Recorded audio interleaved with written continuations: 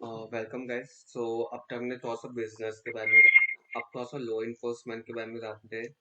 तो यस, जैसा आपने बताया कि आप लॉ इन्फोर्समेंट के साथ या पुलिस वालों के साथ काम करते हो, तो वहाँ पे क्या क्या की चैलेंज आते हैं और क्या क्या अपॉर्चुनिटी आती है as a collaborating with a law enforcement agency as a cyber crime case. हम पहले तो कोलैबोरेशन की बात करें ना, तो एमएचए का जो मेन पोर्टल है, वहाँ पे आप एज अ वॉलंटियर रजिस्टर कर सकते हैं। जहाँ पे आप रजिस्टर करने के बाद अपने नज़दीकी जो भी साइबर सेल है आपके डिस्ट्रिक्ट का, वहाँ पे जाके आप इजीली उनको हेल्प कर सकते हो, अप्रोच कर सकते हो एज अ वॉलंटियर। ये पूरा गवर्नमेंट स्कीम है। उसके बाद अपॉर्चुनिटी आती है इंटर्नशिप। काफी सारे स्टेट में गवर्नमेंट इंटर्नशिप चला रही है। कुछ इंटर्नशिप है वो पेड है, कुछ फ्री है। जैसे अभी रिसेंटली मुंबई पुलिस का इंटर्नशिप जो आया था, जो पेड था, वहाँ पे उन लोगों को इंटर्न की नीड थी कुछ प्रोजेक्ट के लिए। राइट। तो यहाँ पे आप उन इंटर्नशिप में अप्लाई करके एलए के साथ कनेक्ट हो सकते हो।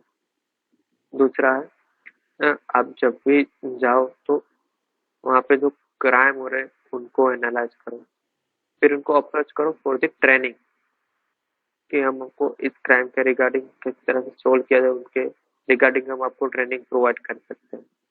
क्योंकि कई बार क्या होता है, जो भी पुलिस ऑफिसर है हमें डायरेक्टली किसी केस में इन्वॉल्व नहीं करेंगे, राइट। क्योंकि कुछ काफी सारी चीजें कॉन्फिडेंशियल रहती है जो हमें नहीं दे सकते। तो यहाँ पे हमें ये लगता है कि वो लोग हमें नेगोशिएट कर रहे हैं, या फिर हमें कुछ काम करने नहीं दे रहे, लेकिन उनकी तरफ से भी ये रूल रहता है कि वो पूरी डिटेल्स हमें नहीं दे सकते। तो यहाँ पे हम सिर्फ इन्वेस्टिगेशन के लिए अप्रोच कर रहे हैं, तो यहाँ पे हमारी गलती है। हमें उनको ट्रेनिंग के लिए भी अप्रोच करना चाहिए कि जो भी केस आप सोल्व कर रहे हैं उसमें कुछ दिक्कत आ रही है, तो उसको सोल्व कैसे करें वो हम आपको सिखाते हैं, ताकि उनको हमें डेटा देना ना पड़े, वो खुद अपने हिसाब से कर पाए, ताकि जो पूरी कॉन्फिडेंशियलिटी है वो हम मेंटेन रहे वहाँ पे। तो वहाँ पे मतलब एक चैलेंज आता है कि वो हम पूरी इंफॉर्मेशन नहीं ले सकते उनसे, हाँ। वो आता था। और कोलैबोरेटिंग के लिए हम इंटर्नशिप और एज ए वॉलंटियर अप्लाई कर सकते हैं, राइट। ओके, सो जैसे आपने बताया वहाँ पे आप जब कोलैब करते हो कि आप इंफॉर्मेशन लेते, पर वहाँ पे अगर आप एज अ बैलेंस करना चाहो कि कौन सी इंफॉर्मेशन हमारे इन्वेस्टिगेशन के लिए हमें हेल्पफुल है, क्योंकि कई सारी चीजें है कि आपको ये इन्फॉर्मेशन चाहिए अगर आपको इन्वेस्टिगेशन करनी है, तो आप वो सारी चीजें कैसे आप मतलब वहाँ पे ब्रीच पेज को आ जाता है कि किस डाटा बेस कर दो, तो वो कैसे आप एनालाइज करते हो, वो कैसे आप पूरा बैलेंस आउट करते हो वहाँ पे। तो मेनली हम क्या करते हैं, जैसे भी ऐसा कोई केस आए ना, पहले तो हम ये देखते हैं पूरा केस में कौन कौन सी टेक्नोलॉजी इन्वॉल्व है, ओके। यहाँ से हमें डिटेल्स मिल सकते हैं। लाइक हम एग्जाम्पल है, कोई वेबसाइट इन्वॉल्व है इसमें, और वेबसाइट में उसमें डोमेन नेम तो कहीं ना कहीं से परचेज किया होगा। राइट।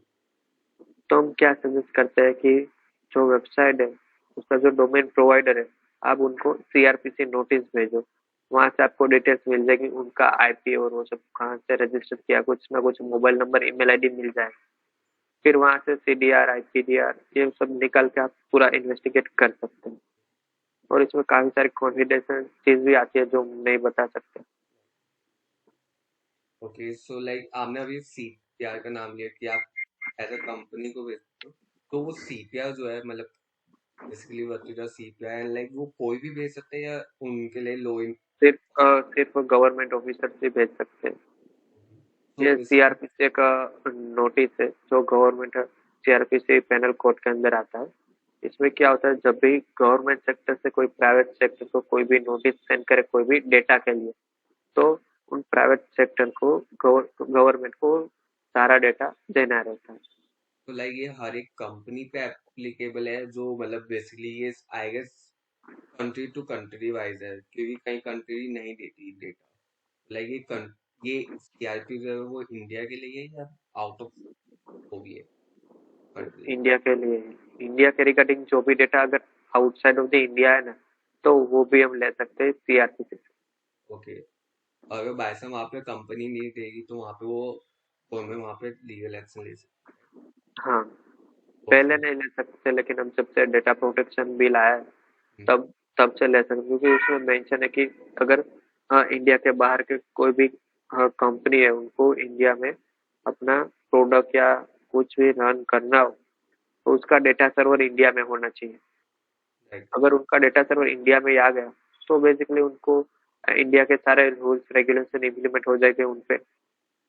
फिर जब उनको गवर्नमेंट नोटिस सेंड करेगी तो उनको देना ही होगा। तो अभी आपने बताया डेटा प्रोटेक्शन के बारे में, डेटा प्रोटेक्शन पॉलिसी के बारे में, तो ऐसा इसके बारे में बताओगे कि मतलब क्या क्या गवर्नमेंट ऐसा कर रही है जो हम डाटा प्रोटेक्ट कर पा रहे हैं। डेटा प्रोटेक्शन बिल के पहले क्या था कि गवर्नमेंट किसी से भी डेटा मांगती थी तो डेटा देते नहीं थे। इवन हमारे भी काफी सारे डेटा है जो आउटसाइड कंपनी है वो ले जाती थी। हम्म, इवन जो उनके सर्वर से आउट ऑफ द इंडिया रहते थे तो हमारा कौन सा डेटा वहां जा रहा है मालूम नहीं रहता था। चाइना के पास हमारा कितना डेटा जाता है राइट। क्योंकि पहले मोस्टली चाइनीज एप्लीकेशन ये सब यूज करते थे। अभी 1-2 साल पहले ये हमने अपना सब यूज करने का किया स्टार्ट। राइट, वहां पे अभी चाइनीज एप्लीकेशन को बैन कर। हाँ, तो वो लोग हमारा कितना डेटा लेते थे उस डेटा का क्या यूज करते थे। हमारी इंडियन आर्मी है उसके खिलाफ भी हमारे डेटा का क्या यूज करते थे तो ये सारी दिक्कत पहले रहती थी। इसलिए गवर्नमेंट ने डेटा प्रोटेक्शन बिल इम्प्लीमेंट किया कि जो भी इंडिया का डेटा है ना वो सिर्फ इंडिया में ही रहे, इंडिया के बाहर कहीं पे भी ना जाए। और उस पूरे डेटा पे इंडियन गवर्नमेंट का कंट्रोल हो ताकि जब भी कोई ऐसा क्राइम हो तो वहां से हमें कुछ डिटेल मिल सके। ओके, सो बेसिकली अब जो है मतलब डाटा प्रोटेक्शन बिल के आने के बाद कि जो भी हमारी इंफॉर्मेशन है वो इंडिया के अंदर ही सर्कुलेट होती है, वो बाहर नहीं जाएगी, राइट। हाँ। हाँ। तो आई गेस यहाँ पे सबको आंसर मिल गए होंगे कि एज अ लॉ इन्फॉर्मेशन के साथ काम करने में क्या क्या चैलेंज आ रहे हैं, क्या क्या अप्रोच। Thank you.